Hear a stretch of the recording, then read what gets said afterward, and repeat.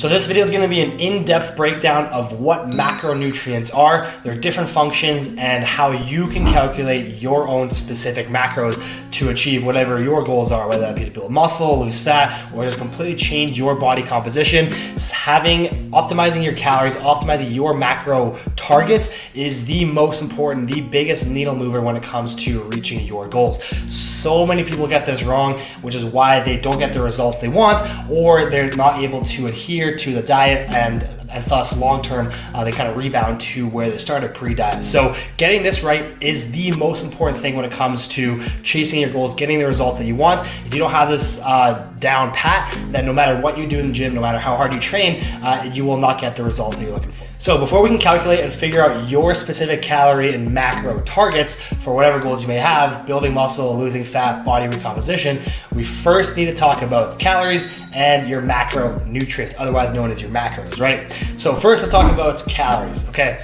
Calories is what will dictate whether you gain weight or lose weight, okay? It will dictate your weight change. If you want to build muscle, get bigger, you have to be in a calorie surplus. If you want to do the exact opposite, lose weight, lose body fat, you have to be in a calorie deficit. But ultimately, the calories you consume will dictate whether you gain weight or lose weight, okay? Macros, on the other hand, macronutrients, is what will dictate your body composition at that weight, okay?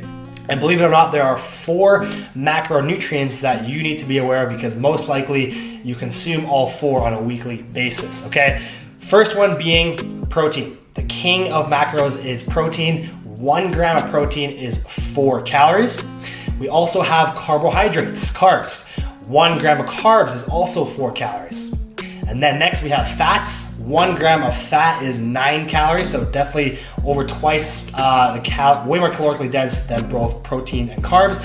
And the last one, again, that you might not be aware of is alcohol. Yes, alcohol does have calories that you need to be aware of because it can add up pretty significantly, especially if you're consuming alcohol regularly throughout the week. 1 gram of alcohol is 7 calories, okay? So protein and carbs, 4 calories, fats, 9 calories, and alcohol has calories, it is 7 calories per gram. So those are the energy, how much energy each calorie per gram has. Now let's discuss the functions of each macronutrient and what it does for your body. So now that we've covered how much energy each macronutrient contains, let's talk about the different functions of each macro, okay? So let's start off with protein, the king of macros.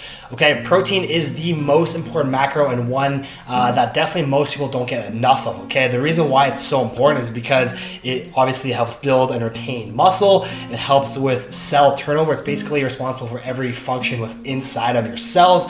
Helps with immune function, detoxification, and it is the organ of longevity, okay? Most people think that your skin is your biggest organ. It is not, it's actually your muscles, and the reason why it's the organ of longevity is because the more muscle mass you have, the higher your metabolism will be at default, meaning you're gonna be burning more calories by doing nothing at rest.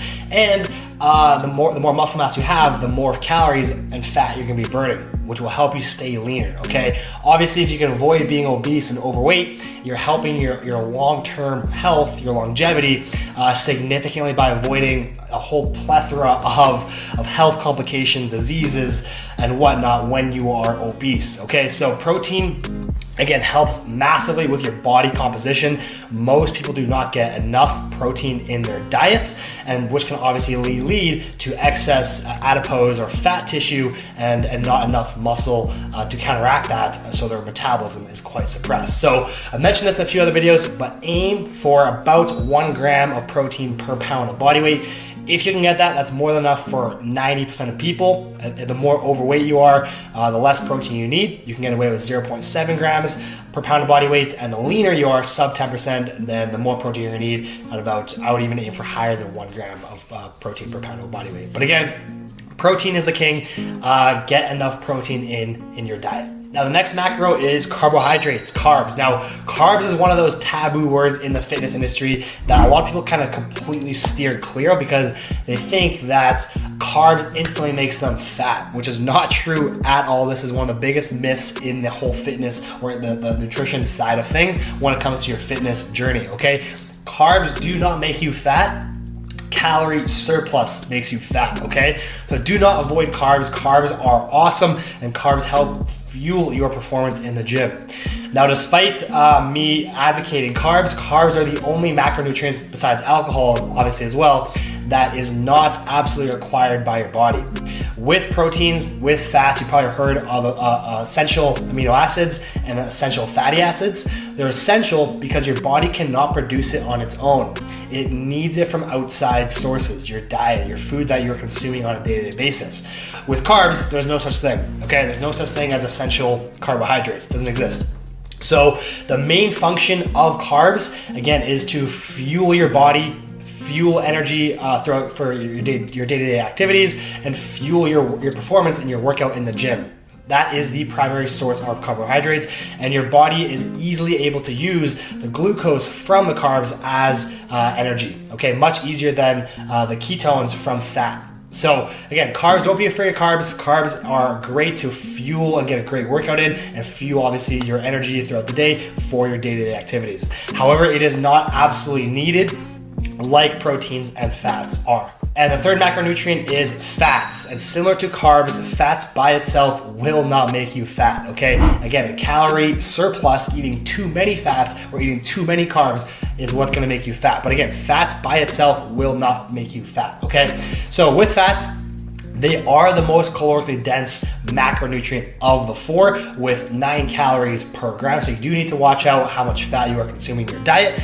But there are various forms of fats, some good, some bad, that you need to be aware of. I'm sure you've heard of trans fats, saturated fats, unsaturated fats, polyunsaturated fats.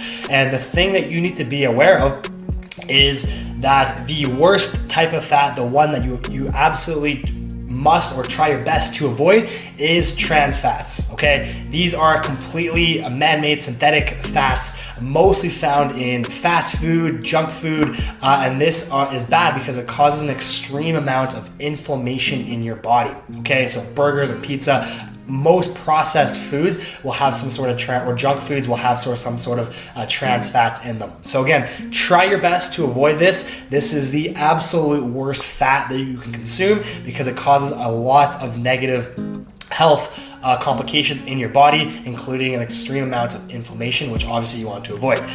The difference between saturated and unsaturated fats is saturated is typically found solid at room temperature, and unsaturated fat is typically found liquid at room temperature. So think of like fatty fishes, fatty meats versus like oils for unsaturated fats, okay? The thing the type of fat that you want to be consuming are healthy fats. What are healthy fats? Most healthy fats are found under the branch of polyunsaturated fats, okay? Things like your omega-3s. This is the best type of fat that you can consume because obviously there's omega-6 and 9 as well, but so many people consume way more omega-6 versus omega-3. So their ratio of the two is so skewed to omega-6, they're not getting enough omega-3, which again can cause problems in your health and your body. So try your best to consume more omega-3s, stuff like fatty fish, salmon, nuts, avocados. These are all high in omega-3s and are the best type of fat to consume. But again, I would also suggest having at least 15% of your net calories throughout the day coming from fats. Again, they are essential fatty acids. You need, your body needs them to operate, to function properly.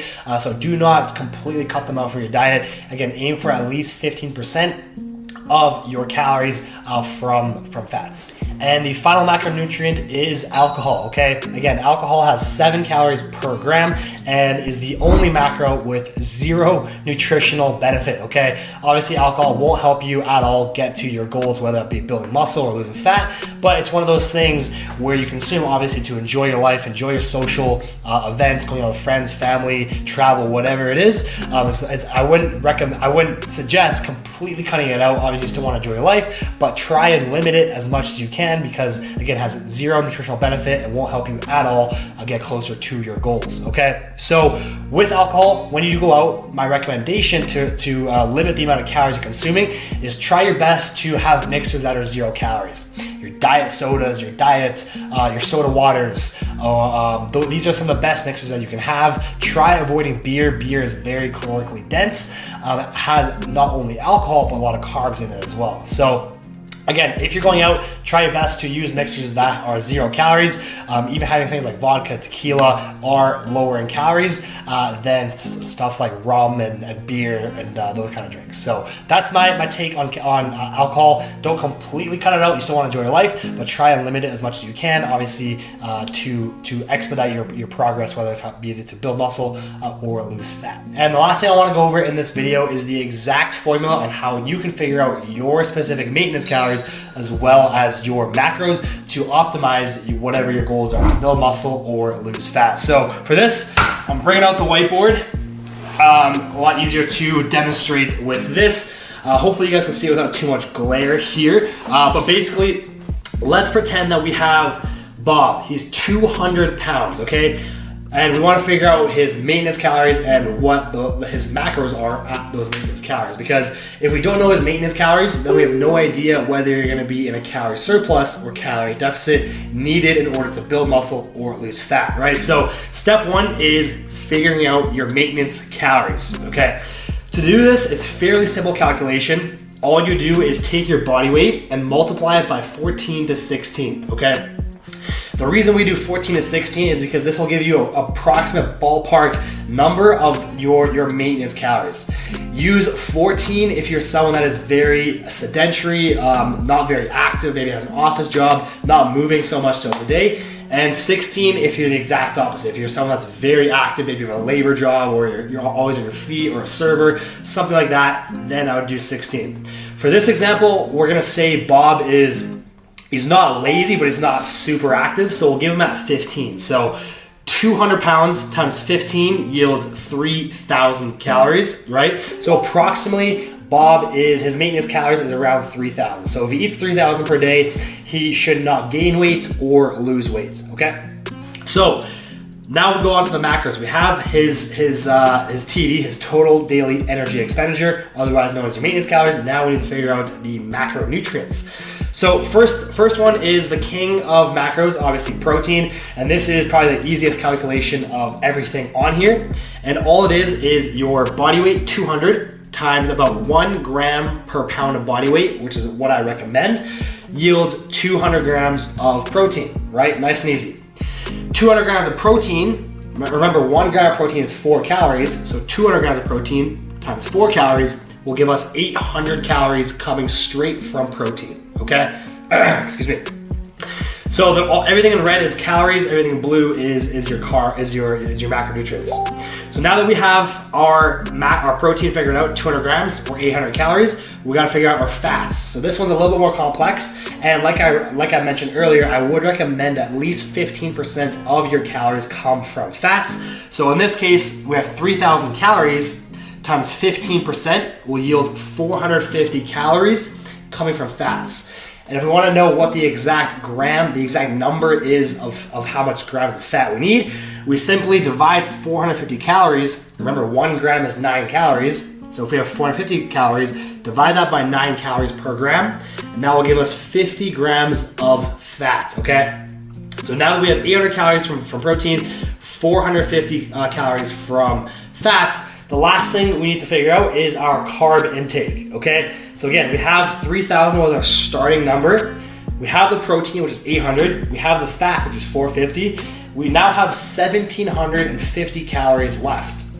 The remaining calories is what you use for your carbs. So again, 1,750 calories from carbs divided by 4 calories per gram will give us 435 grams of carbohydrates, okay? So that is our macros. We have 3,000 calories, 200 grams of protein, 50 grams of fats, and 435 grams of carbs. This is our maintenance numbers. Now from here, the last step is whatever your goals are. If you want to build muscle, you have to be in a calorie surplus. If you want to lose fat, you have to be in a calorie deficit. So here I would recommend adding or subtracting 500 calories from your maintenance for whatever your goals are. So if you want to try to build muscle or lose fat, add anywhere between 200 and 500 on top of that. Okay, just remember 3,500 calories is 1 pound. Divided by 7 days is 500 calorie surplus or deficit. So my advice is, again, between 2 and 500 calories, add that or subtract that from your 3,000, and that will get you in a good range to start either building muscle or losing fat, whatever your goals are. And the last thing I want to mention, of the calorie surplus or deficit that you're using, so let's say, for example, you want to go all the way to 500 calories, you're bulking, so you add 500 calories on top of your maintenance, so you're consuming now 3,500 calories. I would suggest adding either more fats or more carbs. It really depends on your preference, whether you like more carbs or more fats. It doesn't really matter as long as you are consuming, again, the calorie surplus. So you can add, again, either more carbs or more fats. It really depends on you, and vice versa.